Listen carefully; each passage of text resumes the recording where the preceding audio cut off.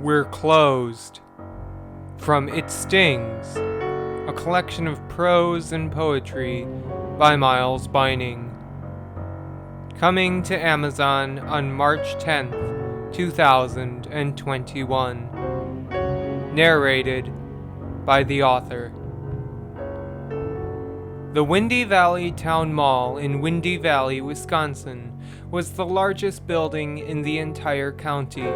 Officially, it was now known as Econ Center, but the locals didn't give much mind to the rebranding or the buyout. However, they did give a lot of mind to the refurbishing and revitalizing.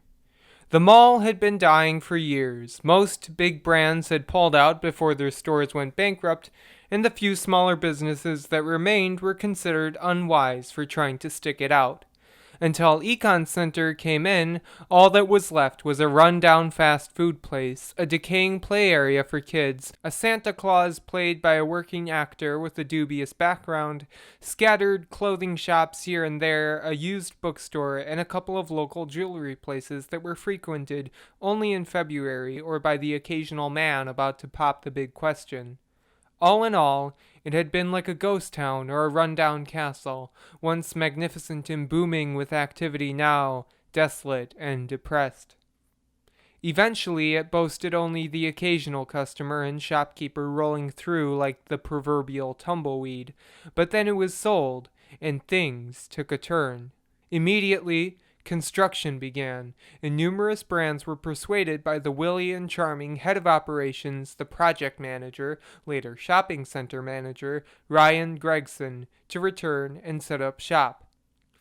The focus was no longer to be on the drab, boring, and all too mundane world of adulthood, but on the world of dreams and imagination that is childhood. Sure, there would still be clothing shops, shoe stores, and even that locally frowned upon but still mysteriously frequented adult play store prank shop so that the parents could have something to do, and indeed something to spend money on, while they left their kids to frolic about. But the mall was to be expanded and redecorated in bright, vivid colors, and great play sets and gaming areas were set up.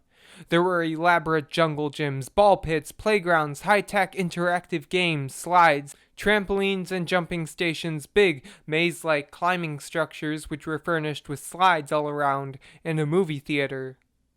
All this and more was added, and there was food, pizza, fries, burgers, chicken nuggets, ice cream, cotton candy, fast food galore. It was like heaven for the growing population of children in Windy Valley, and indeed, as some adults say, childhood might be for some the closest one ever gets to God's kingdom during life. Windy Valley boasted only a population of about 20,000, but on opening day and beyond, the reopened mall was a roaring success. It was the talk of the town, and it was the talk of the county. Kids loved it, and their parents did too. The parents finally had a good place to drop off their kids so they themselves could get some alone time. Dumping them in front of the TV to watch mindless children's cartoons couldn't have been very good for them, but, until now, it was all they'd had. And so it was this perfect symbiosis the mall provided that made Wendy Lauren decide one Wednesday afternoon to take her 7-year-old son Jake on a half-hour drive beyond their secluded country house to find something to do at the Windy Valley Town Mall.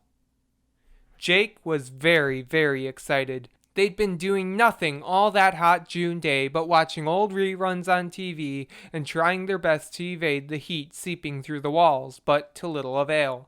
Their clunky, ancient AC did next to nothing, and the heat and boredom were infesting their souls with solemn, steady progress.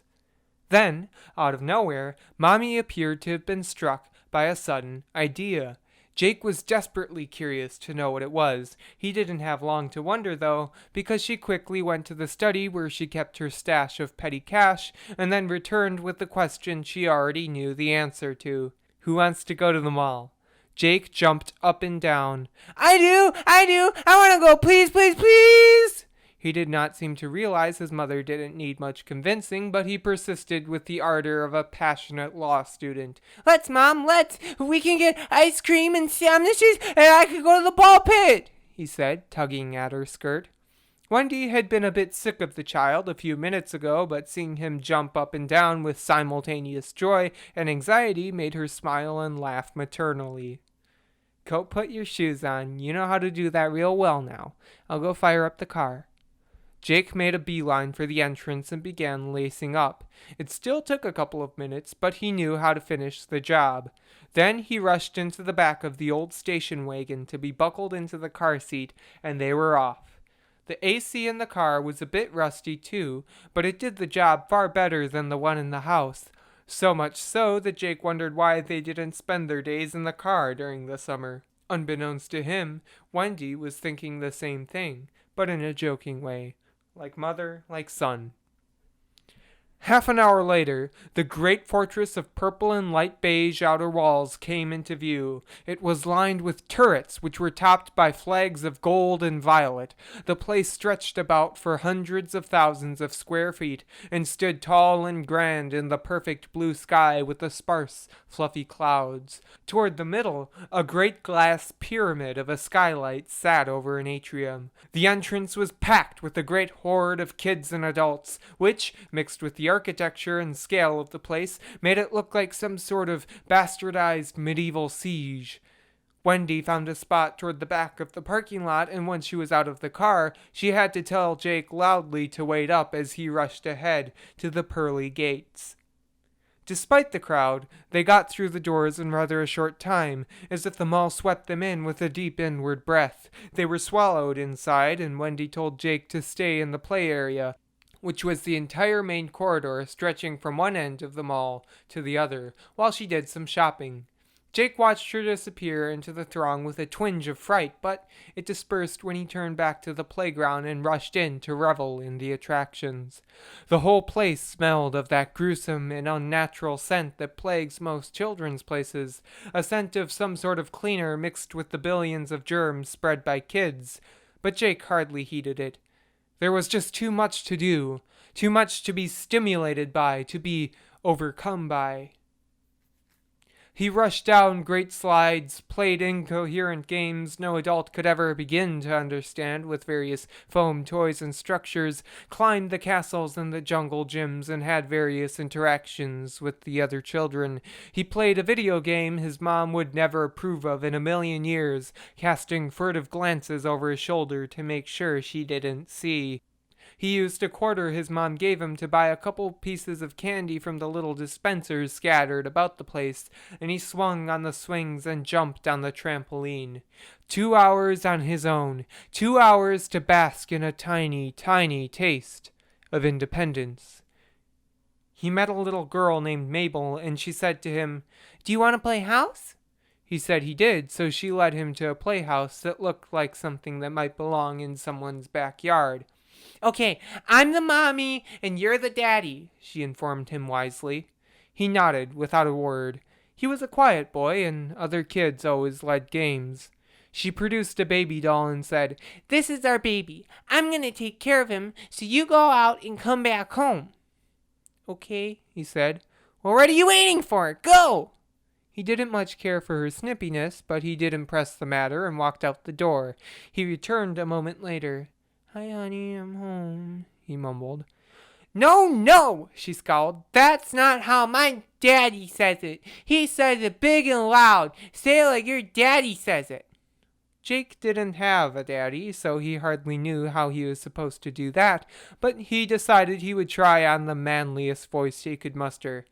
"I'm home," he announced in a tone he thought must be deep and booming. Mabel cheered up. "Hi, here, now hold the baby while I cook us dinner."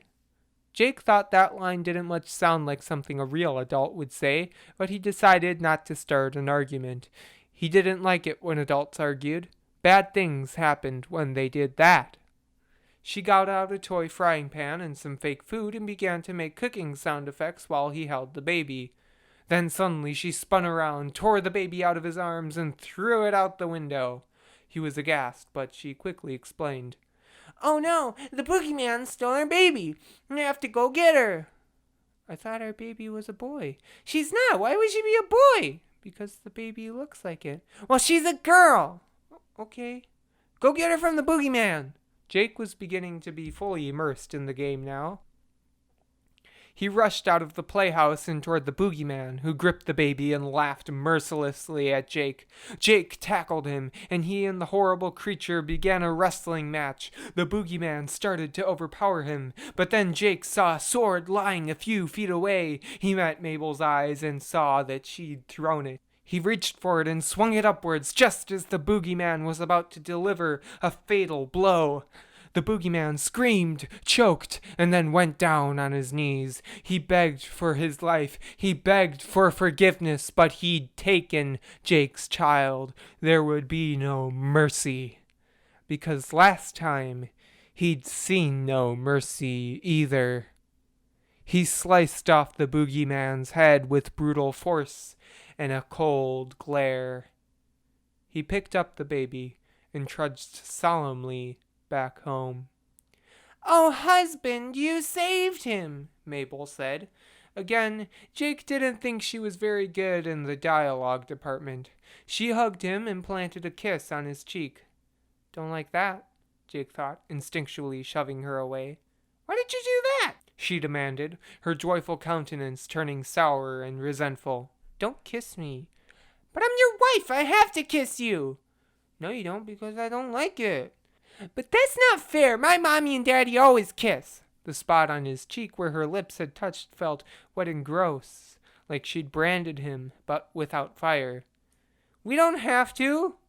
He fought back a tear. He always got tears when he was angry. It was annoying. "Yes, we do. Yes, we do." She, on the other hand, was letting the tears flow. "You're not fair. You're not. You're fired." "Fired?" He glared at her. "What do you mean, fired?" "You're fired." "We're married. You can't fire me. That's jobs." "I don't care. You're fired." "But that's not how it works." "It is if I say it is. You're fired. You're fired. You're fired." "No, you are." "No, you are." "No, you." "Hi, Jake. You ready for ice cream?" His mom's voice floated over, and he looked out the playhouse window. She was standing there smiling, oblivious to the argument he'd been having. "Who's your new friend?" she asked, but Jake was already hurrying out and tugging his mom away. She waved at Mabel, and Jake felt sorry his mom didn't know what a jerk she was. He decided to fill her in on the whole situation. She listened with apparent rapt attention, then patted him on the head. "Well, let's get you some ice cream and you can forget all about it, okay? Mommy, you can't fire someone from being married. Fired is for jobs, and divorce is for married people." His brief memory of last time had faded back into his subconscious. Wendy was uneasy, but her voice didn't show it. "That's right, Jake. Now what flavor do you want? Let me guess. Neapolitan?" Jake didn't want Neapolitan. He got chestnut crunch. He was starting to calm down now. His argument with Mabel was already beginning to fade from his memory, and he was becoming quite content. He had his ice cream to eat, his mom to talk to and play with, and the rest of the day to look forward to. Over the speakers, some old song with soft harmonies and little kid singers came on, something about him belonging to the singer tonight. He didn't pay it much attention. He had been looking out at the mall while he ate, but holding the ice cream bowl while eating was becoming tiresome, so he turned around and ate at the counter, head bent low over the bowl.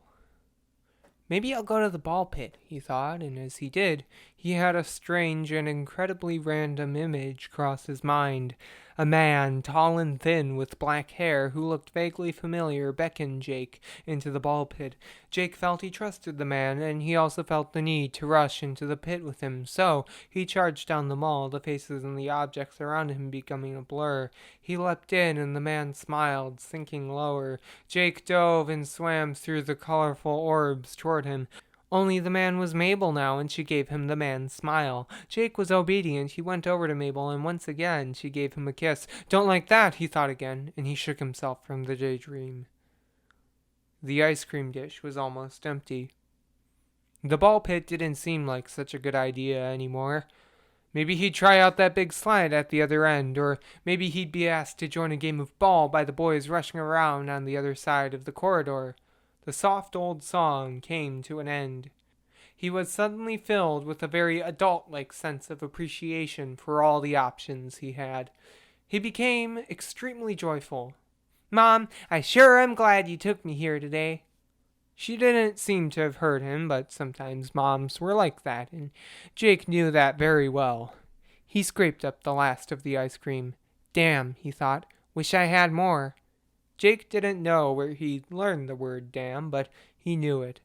He knew his mom wouldn't buy him any more, though, firstly because it was unhealthy, and secondly because he knew Mommy was running low on money. She didn't tell him explicitly, but kids always have a way of knowing. But even with the lack of more ice cream, Jake was still feeling that incredible sense of appreciation and thanksgiving for the day his mom had given him. He wanted to tell her, so he said, "Thanks for taking me here today, Mom."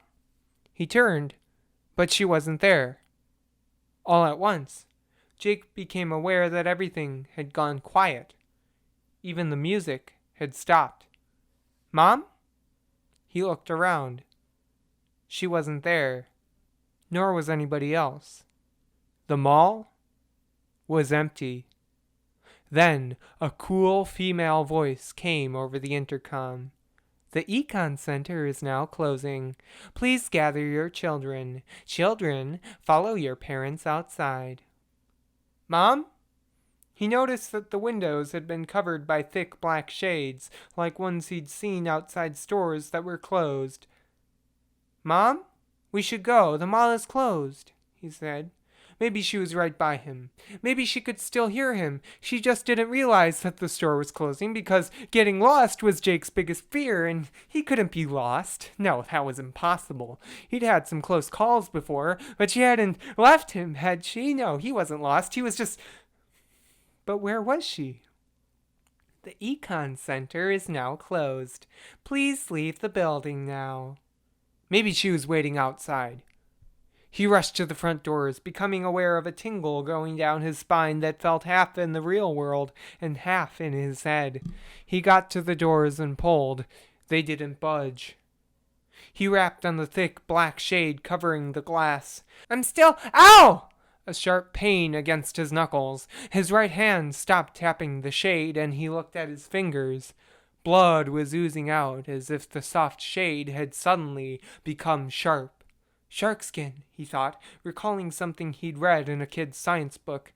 Mabel's face swam randomly in front of his mind. The bathroom!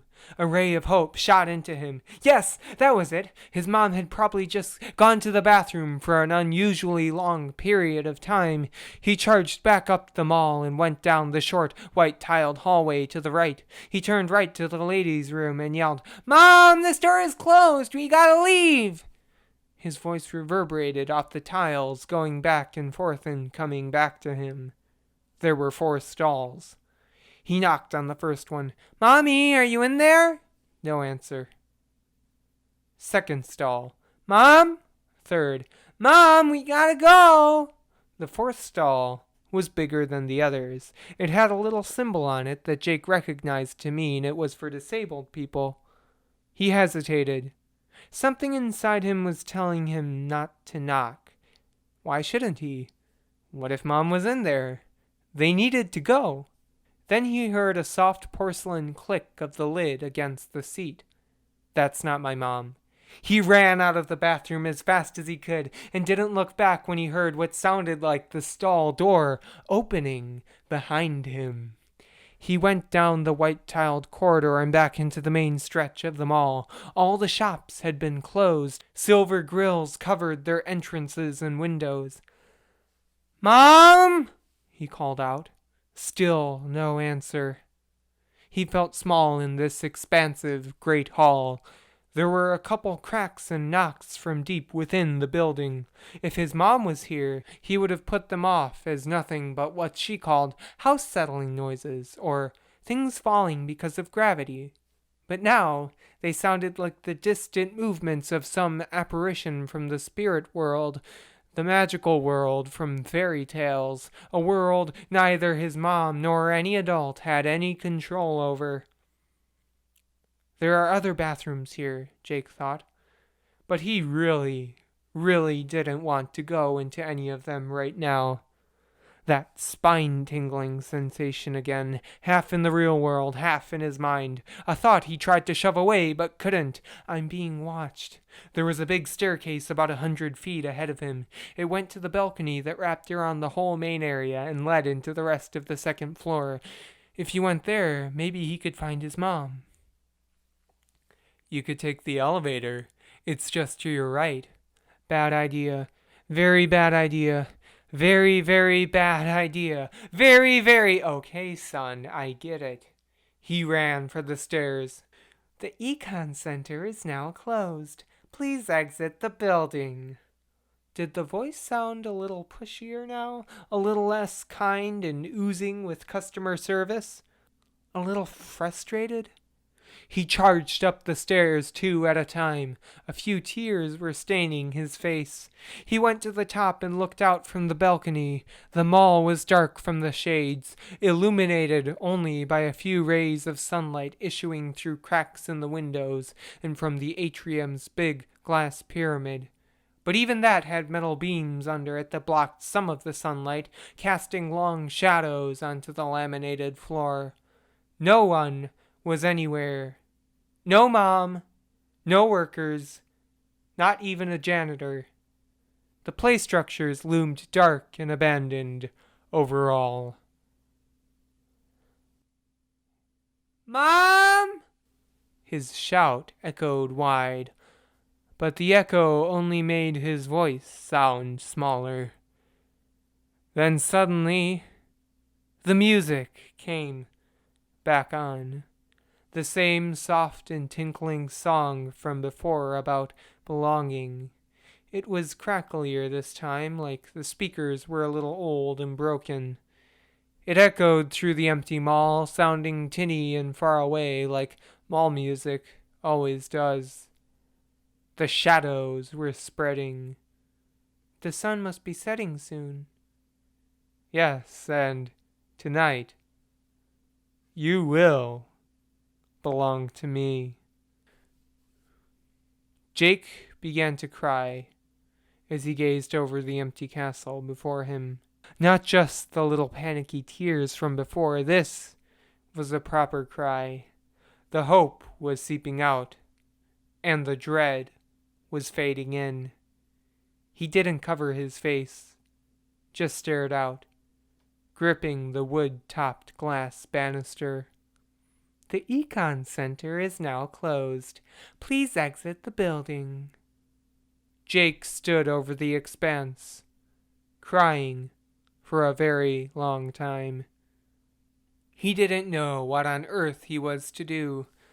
Should he try and knock on the door again? But when he did that before, it made his knuckles bleed, like something didn't want him to leave, like a warning. If he tried the doors again, he might get hurt. Hurt even worse. Jake didn't like hurt. He kept crying. I want my mom, he trailed softly. He became aware of a faintly audible electric whirring noise, then something that almost sounded like a man. Jake jumped, but it had only been a trash can lid closing. Wait. Why did a trash can lid just close? Janitor? But if a janitor was here, they would have heard Jake's shouts, right? Jake decided that he must be quiet. Another crack from deep within the palace. Nothing here, just settling, nobody there, I'm alone. Then why had a trash can lid closed? Why had the stall door in the ladies' room opened behind him? Can't be sure of either. Maybe those sounds aren't what I think. But how could he be sure? What if those sounds were exactly what he thought? What did that imply? Ahead of him, toward the front of the mall, was a food court. Ahead of him, toward the front of the mall, pots and pans clattered. Something sizzled in a frying pan. Those couldn't be settling noises. Not in a million years. Something was down there in the empty place with the bright colors and jovial cartoon decorations. Jake ran down the left-hand corridor of the second floor. It was dark, with hardly any natural or artificial light to guide his way. He picked up his pace with every step. The half-in-the-mind feeling was still upon him, and now that he was running, it seemed more intense, like it was right behind him now, and if he stopped, it would surely be upon him. Maybe it was matching his steps exactly so that Jake wouldn't notice. Maybe it would turn invisible if Jake turned around to look. He rounded a corner and screamed. There was a face looking right at him on the other end. But Jake quickly registered that it was just a cartoon depiction of a train with a face. It seemed to be charging rapidly toward whomever went down the hall, and though it smiled innocently enough, its eyes glinted with a strange and horrible malice. All at once, the frying and pot clattering sound stopped. They heard you. Jake dove into the first drawer to his right. It was a hattery specializing in baseball caps. He ran behind the counter. Whatever had stopped cooking was coming. He panted behind the register, trying to calm his breathing, so whatever was following him wouldn't hear him. Something clinked on the hallway floor. Then it was closer. Another clink by the storefront. A shadow fell over Jake. Jake held his breath. Another clink. Further down. It had passed by. Jake waited another minute. Tap. Even further down. He peered over the counter. Nothing but strips of sunlight swarming with dust and deep puddles of afternoon darkness. He went silently and cautiously to the storefront and peered out to his right. Another tap, but still far away. Jake quickly slid off his sneakers. You really should untie them first. Shut up! My, you've grown disobedient, haven't you? Jake took off down his left, back toward the balcony. The face looked after him. He wanted to call out for his mom, but he knew if he did, something might hear him. He went down the other hall blindly. He had to find a better hiding spot. Then an idea occurred to him. What if he hid in the big jungle gym castle thing? Nobody would expect that, would they? But there was something bad downstairs. Yeah, but same with upstairs. Store or playset. He needed to make a decision quickly. He bolted for the stairs and went down toward the fake castle. He was 3/4 of the way down when he tripped. Ah! He cried out and tumbled. A trickle of blood spurted out of his face, and his knee was scraped. He wanted to weep, but he didn't have the luxury. He got up and hurried into the structure. He climbed up about halfway and then peered out of a crack in a corner. Something black and furry sat on the stairs where he'd tripped. He was unidentifiable, but more concerning was the fact that Jake was certain it hadn't been there when he'd gone up. Whatever had gone looking for him must have left it there. Then something flashed like a picture on the stairs. It was gone as quickly as it had come, but the image stuck in Jake's mind like a light still glowing in the dark after it has just been turned off. 2 young women dressed in an old style like from the 60s. One was in pallid green and pink, the other in black and purple. They were laughing and talking like old friends. Jake turned to go deeper into the playset and almost screamed again, but it was just another cartoon character, this time in the shape of a smiling little stuffed tiger. This was also looking directly at him with a strange smile, and Jake quickly cast it aside, half in anger, half in fear. He crawled further in. He sat resting for a second, but then he became suddenly and dreadfully sure that somebody else was in here with him. Someone was below. Someone was crawling up to meet him. He needed to get out. He thought he heard a child's whispered giggle somewhere near, a slide at the other end of the structure. Jake charged for it.